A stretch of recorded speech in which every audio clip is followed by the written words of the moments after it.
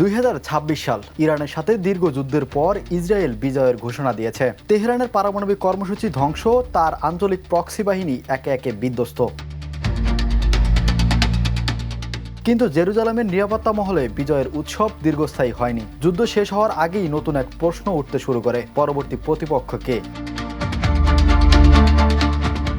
গত 7 দশক ধরে ইসরায়েলের সবচেয়ে বড় শত্রুর আসনটি হাত বদল হয়েছে বারবার। প্রথমে মিশর নাসেরের নেতৃত্বে, এরপর ইরাক সাদ্দাম হোসেনের অধীনে। 1981 সালে ওসিরাক পারমাণবিক চুল্লিতে ইসরায়েল হামলায় এবং পরবর্তী পরাজয়ের পর ইরাক একই ভূমিকা থেকে সরে যায়। তারপর আসে ইরান। আয়াতুল্লাহ খামিনির নেতৃত্বে 3 দশক ধরে ইরান পারমাণবিক অস্ত্র, ব্যালিস্টিক ক্ষেপণাস্ত্র এবং প্রক্সি নেটওয়ার্কে বিনিয়োগ করে এই ভূমিকা পালন করেছে।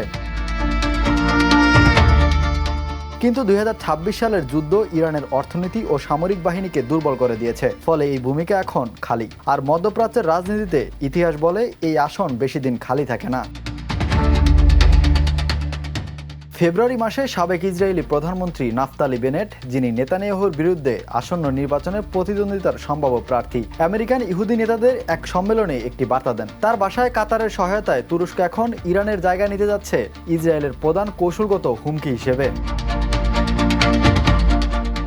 তুরস্কের অবস্থান পরিবর্তনের ইঙ্গিত দীর্ঘদিন ধরে স্পষ্ট।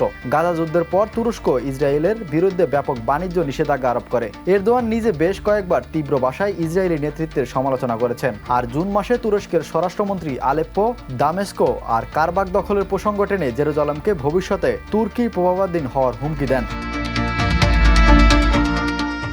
সাবেক প্রতিরক্ষামন্ত্রী ইয়ব গালান্ত অবশ্য এতটা নাটকীয় নন। তার মতে তুরস্ক আর প্রান্তিক অংশীদার নয়, বরং এক উদয়মান আঞ্চলিক শক্তি। উচ্চাকাঙ্ক্ষার বর্ণনা তাৎক্ষণিক সংঘাতের নয়। 1967 সালে ইসরায়েলি জেট মাত্র কয়েক ঘন্টায় মিশরীয় বিমান বাহিনীকে মাটিতে বসেই ধ্বংস করে দিয়েছিল। আজ কিছু ইসরায়েলি কর্মকর্তা সেই তুলনা টানেন, কিন্তু 2026 সালের সংখ্যা বলছে ভিন্ন গল্প। মিশরের নিয়মিত সেনা সংখ্যা এখন প্রায় 4.5 লাখ, রিজার্ভ 8 লাখ। প্রতিরক্ষা বাজেট বছরে প্রায় $12 বিলিয়ন। অস্ত্র ভান্ডারে মিশে আছে আমেরিকান অ্যাব্রাহামস ট্যাঙ্কস, ফরাসি রাফায়েল যুদ্ধবিমান, রুশ সুকেই সু-35 আর জার্মান প্রযুক্তির সাবমেরিন। এপ্রিলে সিনাইয়ে বদর 2026 নামের এক বিশাল লাইভ ফায়ার মহড়া চালায় মিশর, যা রাষ্ট্রীয় ভাষ্যকাররা খোলাখুলি ইসরায়েলের প্রতি প্রতিরোধ বার্তা বলে বর্ণনা করেন।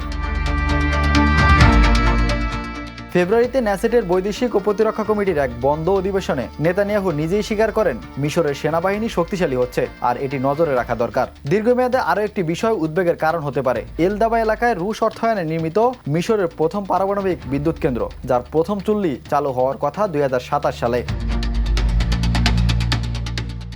বিশ্লেষক ও কর্মকর্তাদের মতে ইসরায়েলি পরিকল্পনাকারীদের সবচেয়ে বেশি উদ্বিগ্ন করে যে দেশ, তার নাম পাকিস্তান। একমাত্র মুসলিম সংখ্যাগরিষ্ঠ রাষ্ট্র যার হাতে রয়েছে কার্যকর পারমাণবিক অস্ত্রভান্ডার এবং তা বহনের ক্ষেপণাস্ত্র প্রযুক্তি। মার্কিন প্রতিরক্ষা দপ্তর নিশ্চিত করেছে যে চীন পাকিস্তানকে 36টি Z-10C যুদ্ধবিমান সরবরাহ করেছে। ইসলামাবাদের দাবি, ভারতের সাথে গত বছরের সংক্ষিপ্ত যুদ্ধে এই বিমান দীর্ঘ পাল্লায় ক্ষেপণাস্ত্র দিয়ে একাধিক ভারতীয় জেট, এমনকি একটি রাফায়েল ভূপাতিত করেছে। 2025 সালের সেপ্টেম্বরে পাকিস্তান ও সৌদি আরব একটি প্রতিরক্ষা চুক্তি স্বাক্ষর করে। 2026 সালের মার্চে সে চুক্তির প্রথম বাস্তবায়ন ঘটে, যখন সৌদি আরবকে ইরানি ক্ষেপণাস্ত্র ও ড্রোন হামলা থেকে রক্ষায় পাকিস্তানি সেনা মোতায়েন করা হয়। এপ্রিলে পাকিস্তানি যুদ্ধবিমান ইরানি আলোচকদের নিরাপদে ফিরিয়ে আনতে এসকর্ট দেয়। সংক্ষিপ্ত সময়ের জন্য হলেও ইসরায়েলি অভিযানের একই আকাশ সীমায় অবস্থান করে। এইসব সূত্র জুড়ে কেউ কেউ দেখছেন এক সম্ভাব্য ষড়ভুজ। তুরস্ক, মিশর, সৌদি আরব আর পাকিস্তানের এক অলিখিত জোট। সৌদি আরবের বিমান বাহিনীও শক্তিশালী, টাইফুন আর F-15 নিয়ে গঠিত, আর তার নিরাপত্তা প্রতিষ্ঠান নিঃশব্দে ওয়াশিংটন ও বেইজিং এর মধ্যে সম্পর্ক ভারসাম্য করছে। কিংস কলেজ লন্ডনের নিরাপত্তা বিশেষজ্ঞ আন্দ্রেয়াস ক্রিগ অবশ্য সতর্ক করেন, এই ষড়ভুজকে প্রকৃত কার্যকর জোট বলা ভুল, বরং এটি পুরনো সম্পর্কগুলোরই নতুন মোড়ক মাত্র। বাস্তবতা হলো এই 4 দেশের মধ্যে কোনো পারস্পরিক প্রতিরক্ষা চুক্তি নেই, কোনো প্রমাণ নেই যে তারা যৌথ সামরিক পরিকল্পনা করছে। এমনকি ইসরায়েলের নিজস্ব নিরাপত্তা মহলও এই প্রশ্নে বিভক্ত। হয়তো তুরস্ক, হয়তো মিশর, হয়তো পাকিস্তানের পারমাণবিক ছায়া, কিংবা হয়তো এই সবগুলোর কোনো এক অনিশ্চিত সমন্বয়। এক প্রজন্ম ধরেই ইসরায়েলের নিরাপত্তা নীতি নির্ধারিত করছে একটি একক শত্রুর ভিত্তিতে। প্রথমে মিশর, পরে ইরাক, তারপর ইরান। কিন্তু 2026 সালের বাস্তবতা হয়তো ভিন্ন। এবারের হুমকির কোনো একক রাজধানী নেই, কোনো একক নাম নেই। প্রশ্নটা হয়তো ভুল জায়গায় করা হচ্ছে। পরবর্তী শত্রুকে এটা জিজ্ঞাসা করার বদলে জেরুজালেমের নীতি নির্ধারকের হয়তো জিজ্ঞাসা করতে হবে শত্রু খোঁজার এই চক্র থেকে বেরিয়ে আসার পথ কোথায়। Imran Hossain, the news.